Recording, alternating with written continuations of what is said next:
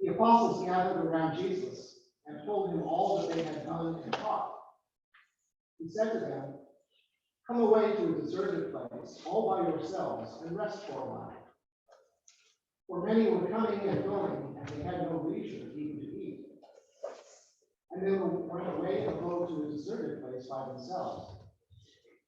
Now many saw them going and recognized them, and they hurried there on foot from all the towns and arrived ahead of them. As he went ashore, he saw a great crowd, and he had compassion on them, because they were like sheep without a shepherd. And he began to teach them many things. When they had crossed over, they came to a land at Gennesaret and moored the boat. When they got out of the boat, people at once recognized him and rushed about that whole region and began to bring the sick on mats and wherever they heard he was. And wherever he went, into towns or cities or farms, they laid the sick in the marketplaces and begged him that they might touch even the fringe of his cloak. And all who touched it were healed. Gospel of the Lord. Praise to you, Lord Christ.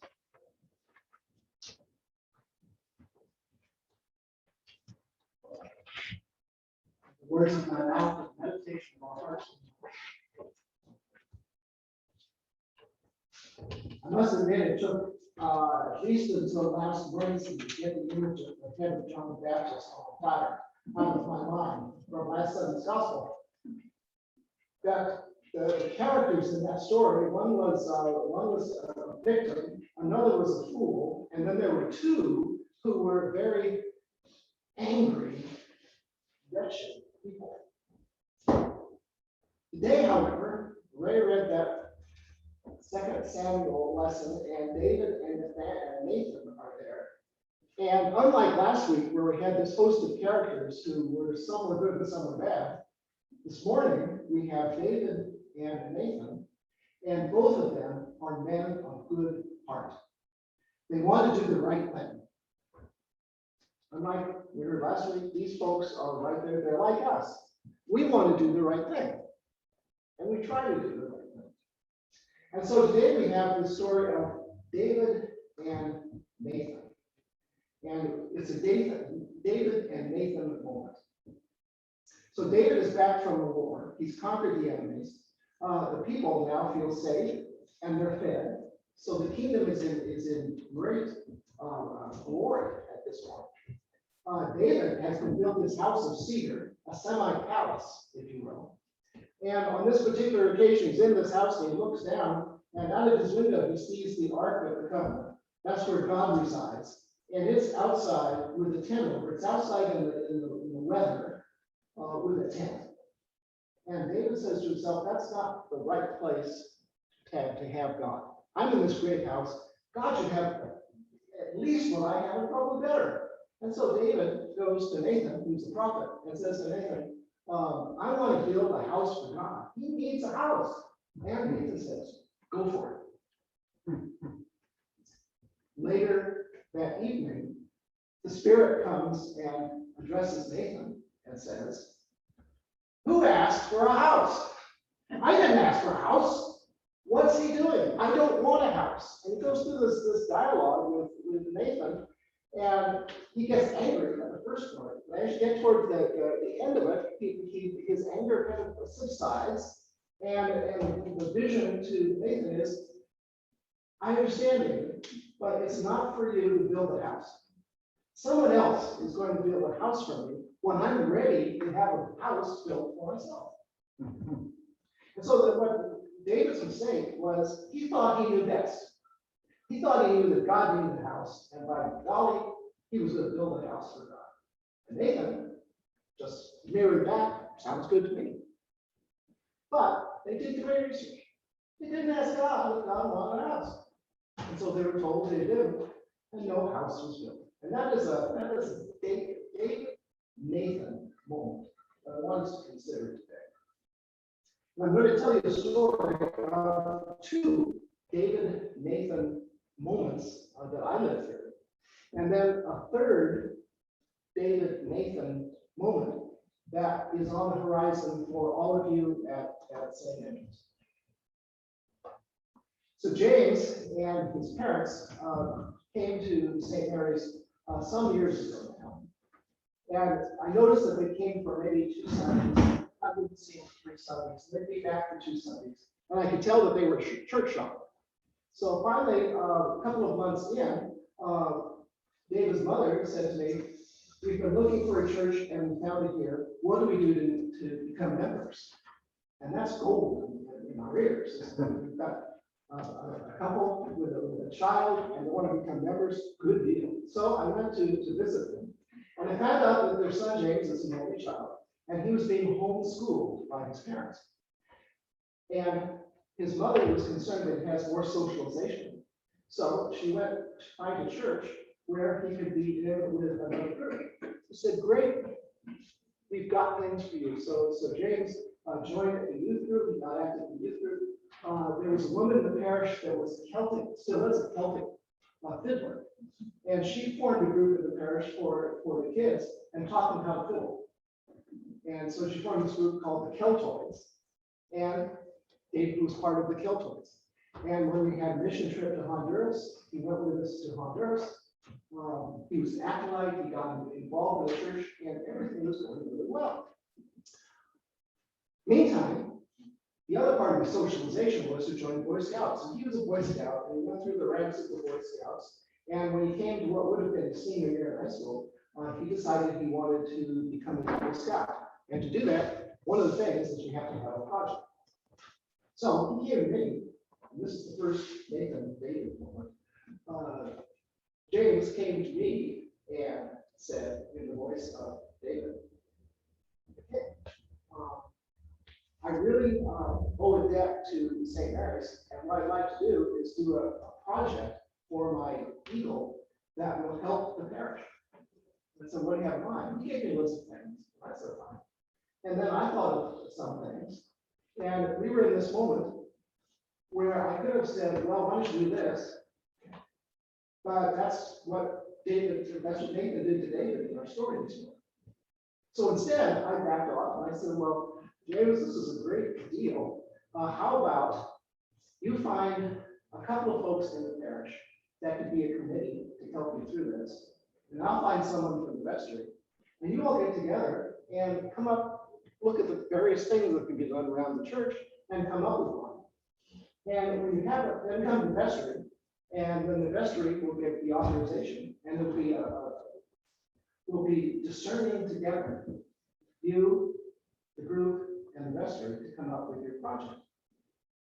So he went back and did that. He got another person from the youth group and 2 other adults he trusted. I got some in the vestry. And they studied for about a month and a half, all these various things they could do, the pros and cons, how much it would cost, how it would help the parish. And finally, they came up with a plan. Every church, as you know, has a room where you put stuff. Yours is right there. It's where you put the tables and the chairs and the sets from the youth group and the Christmas pageant, where we put all the food bags and all for the pantry.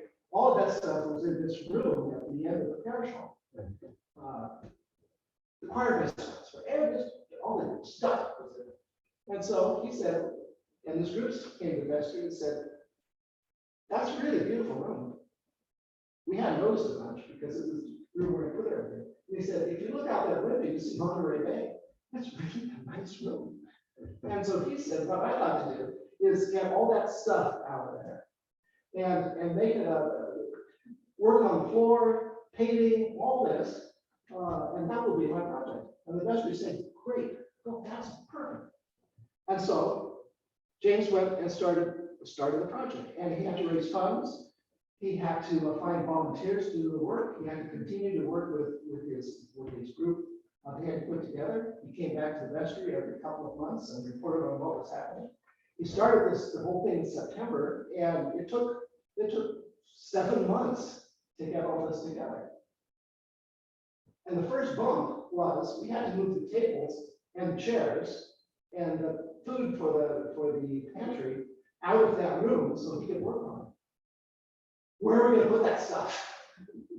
And that was really fun. That was the first bump, because we had to figure out where to put this stuff, and figure out, put over, not over, put over there. We finally found a place for it.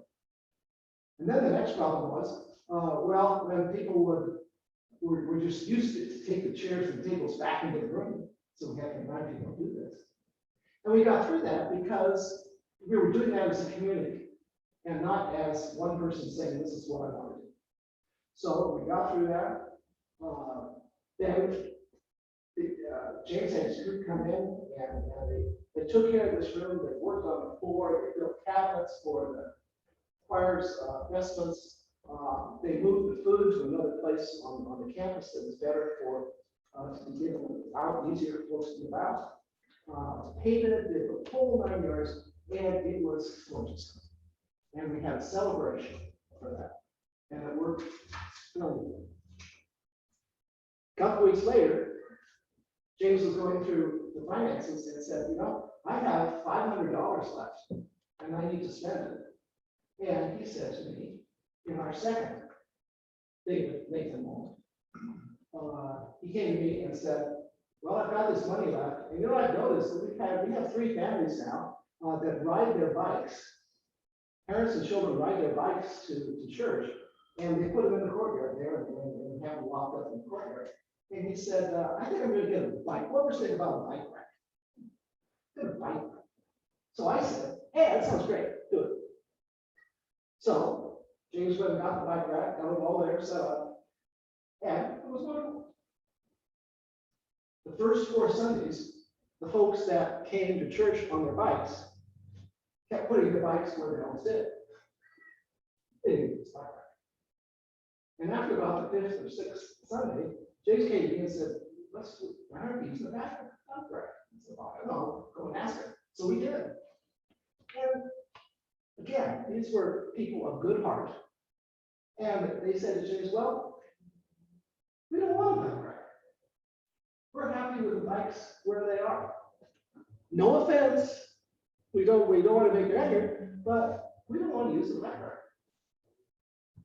And so that was a David Nathan moment when we didn't go out to the larger community and have them invested in this program.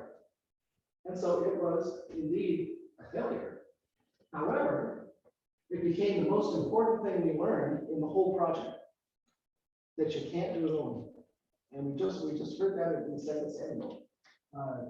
David said, I want to build a house. Nathan says, great. God says, forget it. And that's exactly what happened to us. Now, I'm going to offer this third David Nathan moment.